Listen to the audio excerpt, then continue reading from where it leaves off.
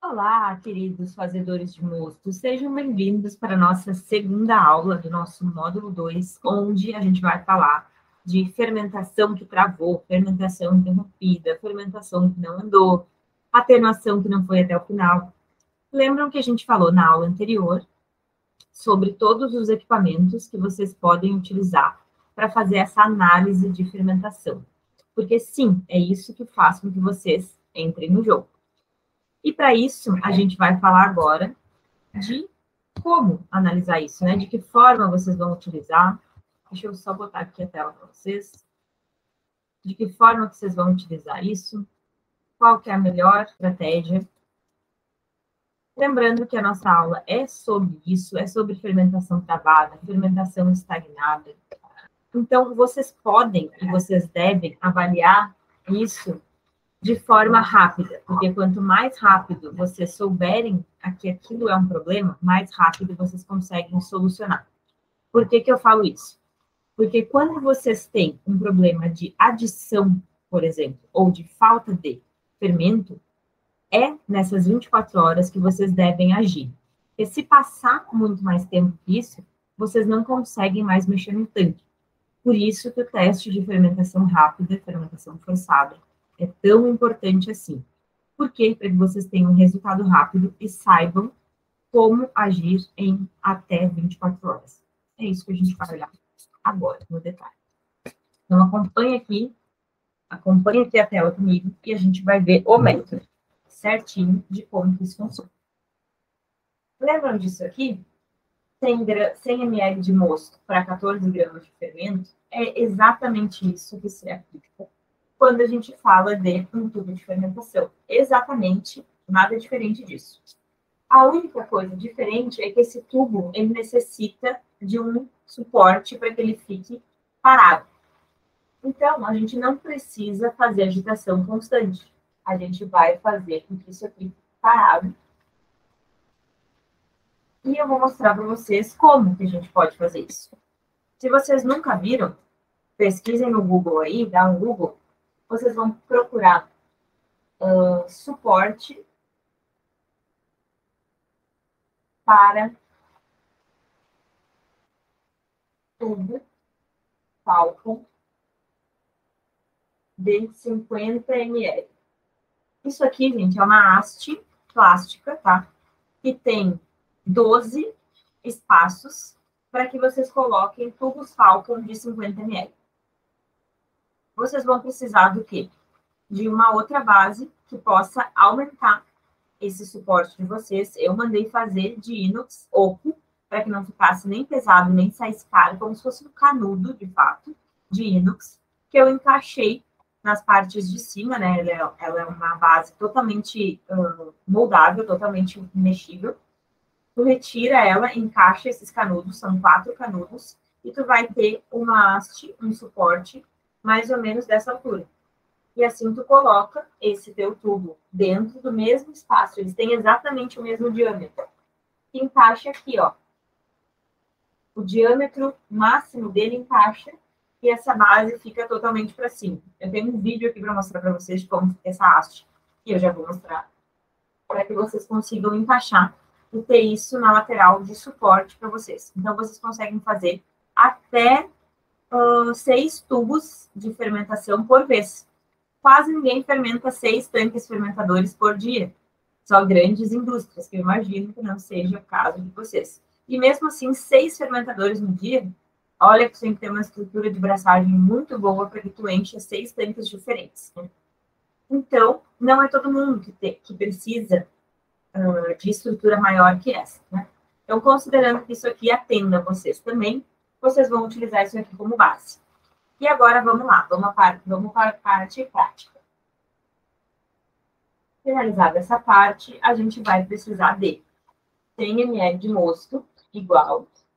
Mosto quando, gente? Tem detalhes aqui que são importantes. É o mosto após a inoculação de cerveja.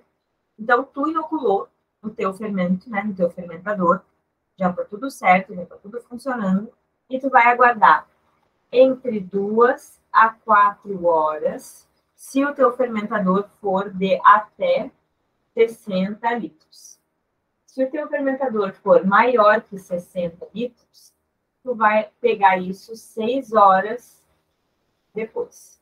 Se o teu fermentador for maior que 1.000 litros, tu vai pegar esse fermento, esse 100 ml de mosto, 8 horas depois. Opa, hectolitros, né?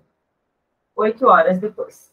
Se o teu fermentador for maior que 10.000 litros, tu vai pegar 12 horas depois. Por quê?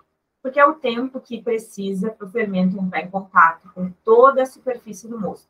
Então, registre esses horários, esses tempos, porque sim, é imprescindível que vocês sigam essa trajetória de tempo. Coletado esses 100 ml de mosto, esse 100 ml de mosto precisa ter uma super dosagem de fermento. Por quê? Porque vocês querem fazer uma fermentação rápida, lembra disso? Então, tu vai fazer uma super fermentação em pouquíssimo tempo, então tu precisa acelerar ela em velocidade. Como é que a gente faz isso? Vamos para a etapa do fermento. A gente passa para a etapa de fermento. Vocês vão precisar secar o fermento de vocês. Vocês vão pegar a biomassa, tá? Biomassa de fermento de reuso, que vocês vão utilizar, que é aquilo que vocês já utilizaram em outro fermentador, que vocês já estão reaproveitando, que vocês já estão fazendo reaproveitamento de fermento, que vocês chamam erradamente e feiamente de lama cervejeira, que eu não gosto que chame assim, tá? Não é, eu não sou de acordo com isso, porque nada que vem da lama pode fazer um líquido tão precioso, né? Então, eu chamo, sim, de biomassa, de levedura, né? Então, vocês vão pegar essa biomassa aqui e vocês vão secar esse fermento. Como que vocês vão secar esse fermento? Vocês podem adicionar isso num filtro de café e deixar aquele filtro de café filtrando, porque vocês vão precisar apenas de 14 gramas.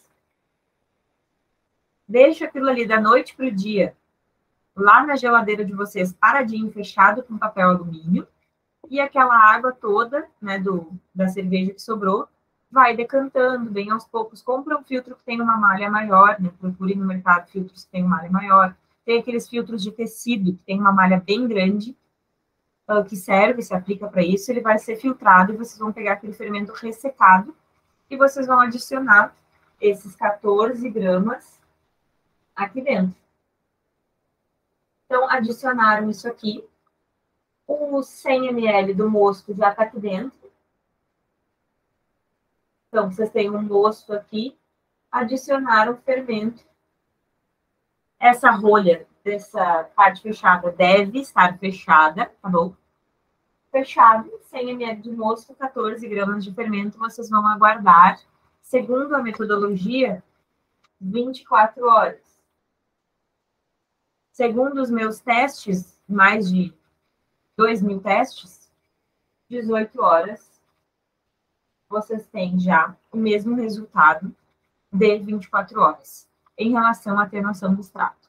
Como é que vocês vão fazer isso depois? Vocês vão pegar esse mosto daqui e vocês vão medir o extrato de vocês, independentemente da forma como vocês medem. Ah, eu utilizo o densímetro, beleza? Tu vai precisar de 100 ml. Então, tu já pode pegar aquilo, né, aquele volume todo, colocar numa proveta e colocar o densímetro de vocês. Ah, eu utilizo o refratômetro. Tira um pouquinho, apoia no refratômetro e faz a medição. Não se preocupem que aquele frasco está aberto, então a gente não vai ter residual tão elevado assim de produção de etanol. Já tem, porque está acontecendo de leve processo de fermentação, né? Só que como não é um ambiente totalmente pressurizado, a levedura prefere utilizar o oxigênio, porque tem disponível para ela, ali na parte superior, principalmente, né? Nessa parte superior aqui do tubo de fermentação. Elas vão continuar consumindo oxigênio e ainda fazendo fermentação. Esse efeito a gente chama de efeito Crabtree. É o nome desse efeito, que quando a gente está fazendo cerveja, é um efeito totalmente indesejado. A gente não quer que esse efeito ocorra. Mas isso lá nas aulas de fermentação específicas, a gente vai ver detalhadamente sobre esse efeito. Tá bom? Vamos avaliar mais profundamente essa nossa fase de fermentação com o fator de arranque de fermentação, que é a nossa aula 3. Te vejo na aula 3.